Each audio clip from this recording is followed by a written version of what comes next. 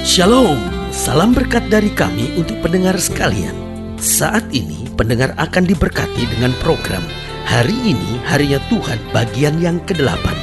Sebuah program rohani tentang doktrin Alkitab yang menolong kita untuk semakin tertanam dalam kebenaran firman dan bertumbuh dalam kemuliaan. Bersama hambanya, Pendeta Gilbert Lumwendong, STH. Banyak orang merasa doktrin Alkitab sebagai sesuatu yang membingungkan. Tetapi tahukah saudara bahwa doktrin Alkitab intinya adalah memahami Alkitab dengan benar, dengan pemahaman yang sistematis, sehingga kita terus dapat tertanam di dalam kebenaran firman, sehingga kita terus bertumbuh di dalam kemuliaan Allah. Buka hati saudara sekalian untuk menerima berkat-berkat firman-Nya hari ini.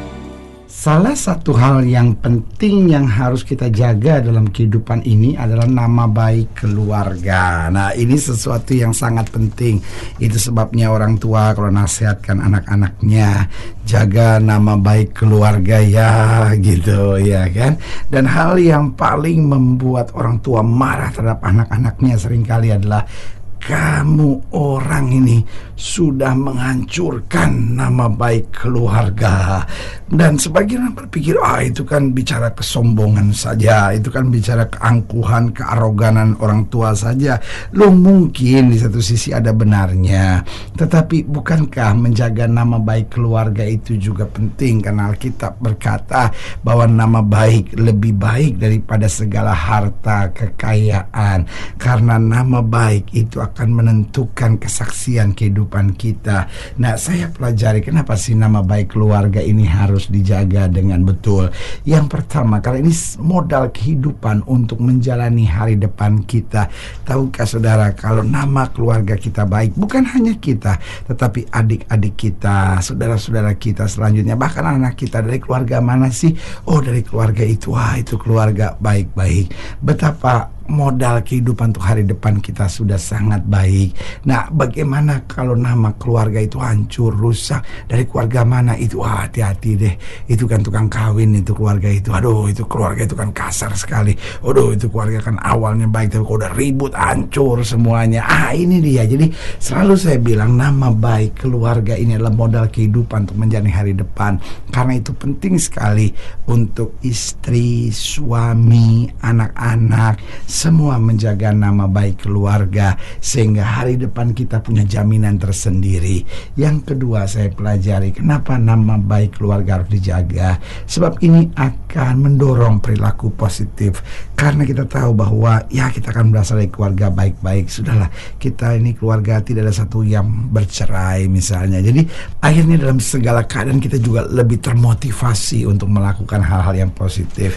Kita kan dari keluarga kita tidak ada yang berselingkuh, kita kan dari keluarga kita tidak ada yang korupsi. Apalagi yang saya mau buat tuh hal ini, ya kan. Jadi akhirnya mendorong kita untuk melakukan perilaku yang positif. Ini penting sekali bahwa nama baik keluarga ini yang pertama menjadi modal kehidupan untuk menjalani hari depan. Yang kedua, mendorong kita untuk melakukan perilaku yang positif sehingga kita tercegah untuk hal-hal negatif. Kenapa? Karena kita akan berasal dari keluarga yang baik-baik. Masa sih di antara kita ada yang korupsi? Masa sih di antara kita ada yang bercerai? Masa sih di antara kita yang berselingkuh misalnya? Lalu yang ketiga, mengapa nama baik keluarga perlu dijaga? Sebab ini akan memberi semangat untuk berjuang.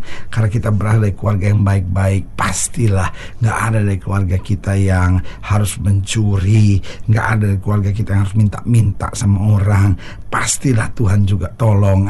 Ya kan. Jadi ini memberikan semangat untuk berjuang dan menjauhkan diri dari segala hal-hal negatif. Nah, persoalannya kalau memang nama baik keluarga udah hancur, memang keluarga kita yang satu hamil di luar nikah, yang satu ditangkap karena narkoba, ya udahlah mau diapain, memang keluarga kita udah keluarga hancur. Nah, ini kan, kalau kita sudah terkontaminasi dengan pikiran seperti ini, kita nggak ada semangat lagi untuk berjuang. Karena itu penting sekali untuk menjaga nama baik keluarga. Karena itu selalu saya bilang nama baik keluarga modal kehidupan untuk menjalani hari depan. Lalu ini akan mendorong kita untuk mengerjakan perilaku yang positif. Yang ketiga juga akan memberikan semangat buat kita untuk berjuang. Yang keempat, bahwa nama baik keluarga ini penting untuk kita jaga, sebab ini akan menguatkan kita untuk semakin hati-hati dalam tindakan, dalam sikap, dalam keseharian kita. Kita akan semua keluarga melayani Tuhan. Marilah kita tetap berjalan dalam jalan Tuhan. Marilah kita tetap setia sama Tuhan. Marilah kita tetap lakukan firman dengan sukacita. Sekali lagi saya mau ingatkan sebagai hamba Allah, mari jaga nama baik keluarga kita.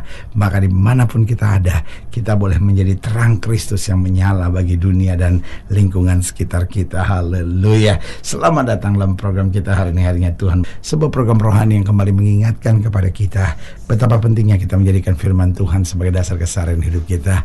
Karena selama kita jadikan firman Tuhan sebagai dasar keseharian hidup kita, langkah-langkah ke depan kita penuh dengan kepastian, kemenangan, berkat, mujizat, dan perkara-perkara besar. Haleluya.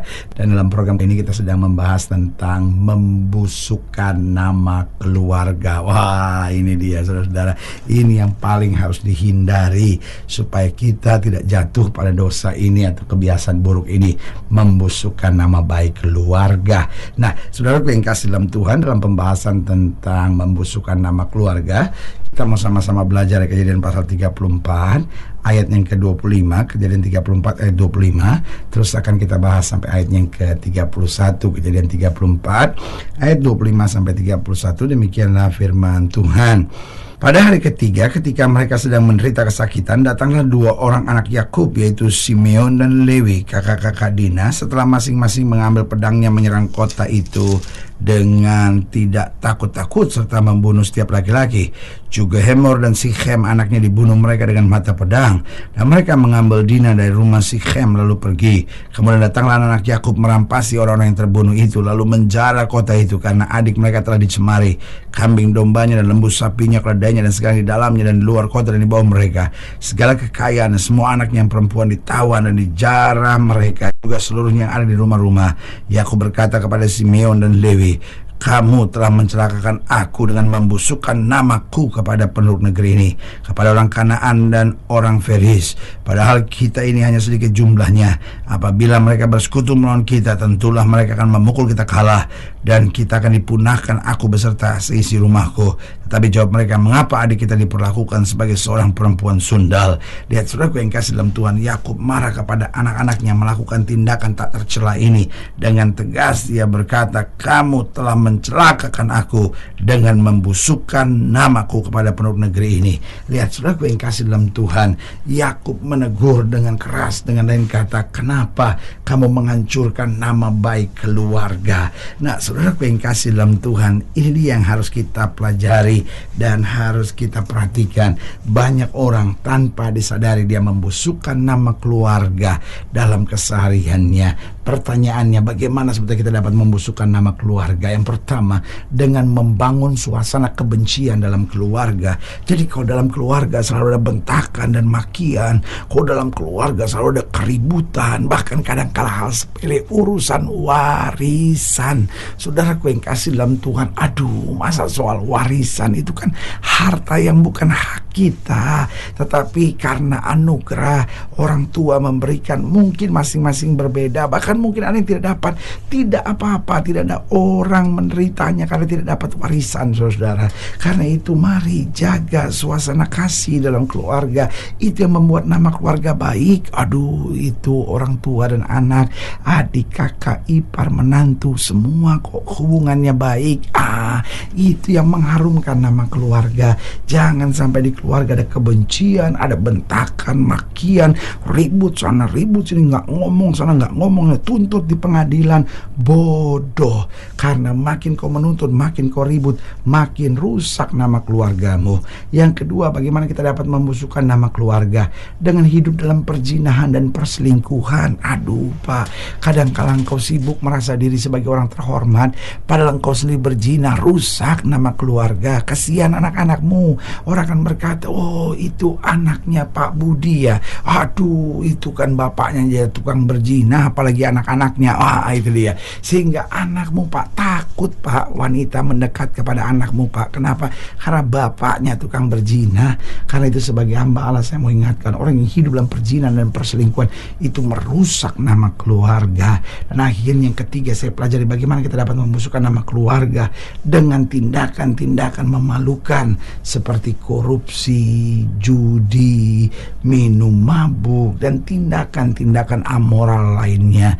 Ada wanita, sudah jadi istri, tiba-tiba masih jalan sama laki-laki lain dan hidup dalam perselingkuhan. Aduh, ini menghancurkan nama baik keluarga. Jadi ingat, Tuhan ingin memberkati keluarga kita dan salah satunya membuat nama keluarga kita harum. Jangan membusukkannya dengan apa? Dengan membangun suasana kebencian dalam keluarga, dengan hidup dalam perzinahan dan perselingkuhan, dengan tindakan-tindakan memalukan seperti korupsi, judi, minum mabuk, dan tindakan amoral lainnya. Dan yang keempat, dengan menjalani kehidupan dalam pelanggaran hukum. Waduh, ketika salah satu keluarga harus berhadapan dengan penjara, harus berhadapan dengan pengadilan karena pelanggaran hukum, ini yang membusukkan nama keluarga.